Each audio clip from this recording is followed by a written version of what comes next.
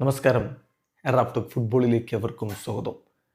എന്തുകൊണ്ട് ആഞ്ചലോട്ടിക്ക് Neymar junior ടീമിൽ വേണം? ഈ ചോദ്യത്തിന് കൃത്യമായ ഉത്തരമുണ്ട്. ആഞ്ചലോട്ടി കഴിഞ്ഞ മത്സരത്തിന് മുന്നോടിയായിട്ട് പറഞ്ഞു, നെയ്മർ ജൂനിയർ ബ്രസീലിൻ്റെ വേൾഡ് കപ്പിന് പോവാനുള്ള താരങ്ങളുടെ ലിസ്റ്റിൽ ഉൾപ്പെടാവുന്ന ഒരു കളിക്കാരനാണ്. ഫിറ്റ്നസും മറ്റു കാര്യങ്ങളും മാത്രമാണ് നോക്കേണ്ടതുള്ളൂ. നെയ്മറെക്കുറിച്ച് പിന്നെ അദ്ദേഹത്തിൻ്റെ സ്കില്ലും മറ്റുമൊന്നും പ്രത്യേകിച്ച് നമ്മൾ പറയേണ്ടതില്ലല്ലോ എന്ന് ആഞ്ചലോട്ടി തന്നെ വ്യക്തമാക്കുന്നുണ്ട്. മാർച്ച് മാസത്തിലെ ബ്രസീലിൻ്റെ കോളപ്പിന് നെയ്മർ ജൂനിയർ ഉണ്ടാകും എന്ന് തന്നെയാണ് എല്ലാ ബ്രസീലിയൻ മാധ്യമങ്ങളും റിപ്പോർട്ട് ചെയ്തുകൊണ്ടിരിക്കുന്നത്. എന്തുകൊണ്ട് ആഞ്ചലോട്ടി അങ്ങനെ ചിന്തിക്കുന്നു? നെയ്മറുടെ ഇമ്പാക്റ്റ് വളരെ വലുതായതുകൊണ്ട് തന്നെ. അപ്പോൾ നമുക്കറിയാമല്ലോ, ആഞ്ചലോട്ടി ബ്രസീൽ ടീമിൻ്റെ കോച്ചായി വന്നതിന് ശേഷം ഒരൊറ്റ ഇൻ്റർനാഷണൽ ബ്രേക്കിലും 2 കളികളും ടീമിന് ജയിക്കാൻ പറ്റിയിട്ടില്ല. ഒന്ന് ജയിക്കുക, ഒന്ന് സമനില, ഒന്ന് ജയിക്കുക, ഒന്ന് തോൽക്കുക, ഇങ്ങനെയൊക്കെയാണ് പോകുന്നത്. അപ്പം അതുകൊണ്ട് തന്നെ ഇത് പോരാ എന്ന് കൃത്യമായ ധാരണ ആഞ്ചലോട്ടിക്കുമുണ്ട്. സോ നെയ്മർ ഇല്ലാതെ ബ്രസീൽ കളിച്ച മത്സരങ്ങൾ, നെയ്മർക്ക് പരിക്ക് പറ്റി പുറത്തിരുന്നതിന് ശേഷം ബ്രസീൽ കളിച്ച മത്സരങ്ങൾ നോക്കുക, അതിൽ 42% മാത്രമേ ജയിക്കാൻ പറ്റിയിട്ടുള്ളൂ. അതാണ് വ്യത്യാസം. നെയ്മർ ഉണ്ടാകുമ്പോൾ അവരുടെ വിന്നിംഗ് പെർസെൻറ്റേജ് വളരെ കൂടുന്നു.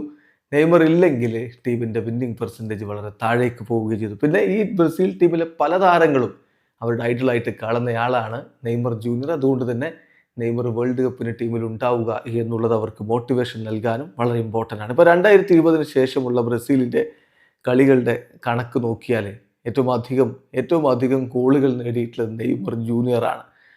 അതിൽ നോക്കേണ്ടത് 2 വർഷക്കാലമായിട്ട് നെയ്മർ അവിടെ കളിക്കുന്നില്ല, എന്നിട്ടും സ്റ്റിൽ 2020 ശേഷമുള്ള ബ്രസീലിൻ്റെ ടോപ്പ് സ്കോറർ നെയ്മർ ജൂനിയറാണ്. നോക്കാം നമുക്ക് കൃത്യമായ കണക്ക്.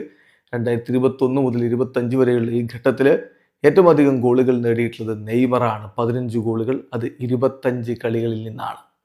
അതേസമയം രണ്ടാമതുള്ള റിച്ചാർലിസൺ 32 കളി 12 ഗോളുകൾ.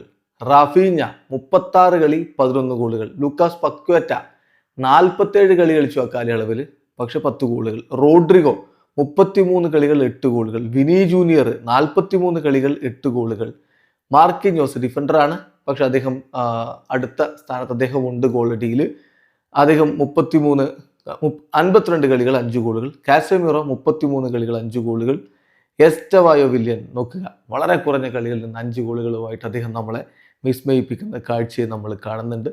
എൻട്രിക്ക് 11 കളി 3 ഗോളുകൾ. ഇതൊക്കെയാണ് കണക്ക്. അപ്പോൾ സംഗതി വളരെ കൃത്യമാണ്. 2020 മുതൽ ഇങ്ങോട്ടുള്ള കണക്കെടുത്താൽ ബ്രസീൽ ടീമിൻ്റെ ഗോളടിയിൽ അധികവും വരുന്നത് നെയ്മറിലൂടെയാണ്. നെയ്മർ ഇല്ലെങ്കിൽ അവർ പാടുപെടുന്നുണ്ട്. വീഡിയോ അവസാനിക്കുന്ന ഫുട്ബോൾ ലോകത്തെ കൂടുതൽ വിശേഷങ്ങളുമായി റാഫ്റ്റോക്സ് എത്താം.